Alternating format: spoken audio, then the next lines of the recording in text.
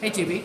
Hi, how are you? Why are we here today? Well, we're here to celebrate. We wanted to welcome Rocket Pfizer to our lovely new store. We've just opened a new shop in Parisburg Townhouse in South William Street, and we are celebrating with the only sensible way to do it, with bubbles and sparkles. Oh, amazing. Okay, so we're just going to ask you a few quick fire questions, okay? Are you ready? Yeah. Okay, so what advice would you give young designers starting out? Just do it. I think it's the thing that everyone is held up against, this idea of perfection, that one day we will create and design the perfect thing, one day we'll have the perfect outfit, one day we'll have made the most beautiful thing, and I think that idea of perfection is so dangerous. If you want to design something, go design it, make the beautiful thing, start the story now. What are you waiting for? Amazing. Okay, so when designing jewellery, what are your primary influences? I love wild and natural things. I was brought up on a mountain in the middle of nowhere, and I had this incredible background to play with. I'm not a traditional jeweler, I'm not a goldsmith, I'm not a silversmith, but I love beautiful things. This guy, the necklace I'm wearing, is cast from a raspberry leaf. So it's cast in gold from the leaf, and I love the idea with wild things that you get all this frailty and beauty. Okay, lovely. So can you tell us about your signature I Can Fly Swan feathering? Which I am actually wearing very Oh, let's see. conveniently. You did ask me about it, but I already have it on. Lovely. So I guess this was the piece that changed my life and changed the way I designed. The very first collection I made this feather. It was the thing that I was trying to capture something, and I was making and I was trying to figure out how to make a feather in gold, and I couldn't capture the magic of it. And then one day I realised that is the magic, the frail beauty. So I took a mould of a real feather and then took out the feather and we injected in solid gold. So you get this incredible delicacy, like all the things that make a feather beautiful are the frailty. Nice, okay. And what was your first design job?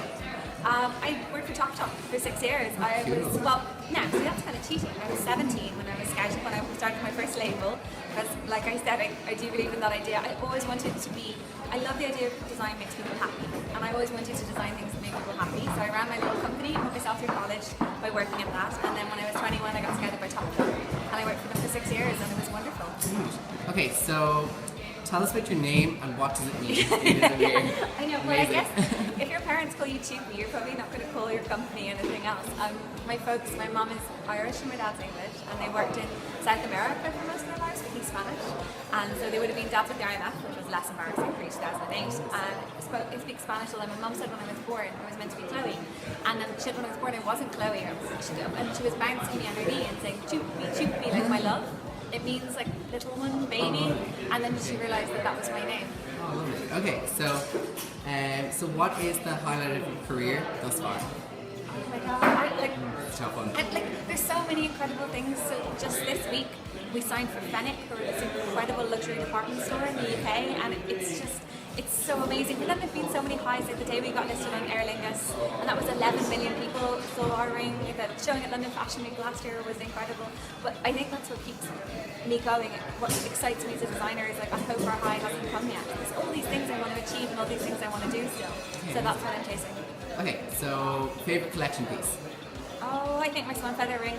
Okay, I think, lovely. oh So yeah, pretty. I think swan feather. But I love sparkles as well. Okay, cute. So I made this for myself on my 10th anniversary as a designer. So I'm 32. So when I was 31 last year, I made this. It's an emerald and two brassiolite, and yeah, it's a reminder, because I think it's so easy to get caught up in all the things you want to do and not take a moment. That's why we're throwing the launch party for Made tonight. Okay. To take that moment to be like, look, we're here and we did it, and it's magical. Yeah, amazing. Okay, so regarding fast fashion, what are the advantages of long-lasting pieces? Well, I think, and that's a real thing. That's why we've opened Made, why we opened our store. Is that Kate Nolan and I, we were showed at London Fashion Week last year, and there were all these amazing Irish designers, and there was no home for them. Like the likes of Laura Kinsella, Martha Lynn, all these incredibly talented people, and Jill DeBerka doing beautiful things. And the same with us, like we make pieces that mark moments and last lifetimes, and it's such a more interesting idea than the idea of disposable fashion where you buy the thing. I love disposable fashion, don't get me wrong, but that some things should have a magic to them that lasts far beyond it, and that's what we're trying to do with Made. Okay, who are your favorite designers? Oh god, that's so tough. Well, obviously Alexander McQueen. I remember Bumsters. I suppose I was like 15 or something, and just being like, what? But what I loved about him was that he was commercial as well as being avant-garde. And I love Matthew Williamson because I'm a total fiend for colour. And then I guess contemporary Daniel Romeril and Simone Rocha is incredible. I'm pretty eclectic. I love everything. Nice, okay. Yeah, and you have to if you're working fashion. You're just like, look at all, like we're like magpies. It's like, oh my god, look at the new shiny thing. Look at this. Look at that. Very good. Okay, so how does it feel to be part of people's important life moments?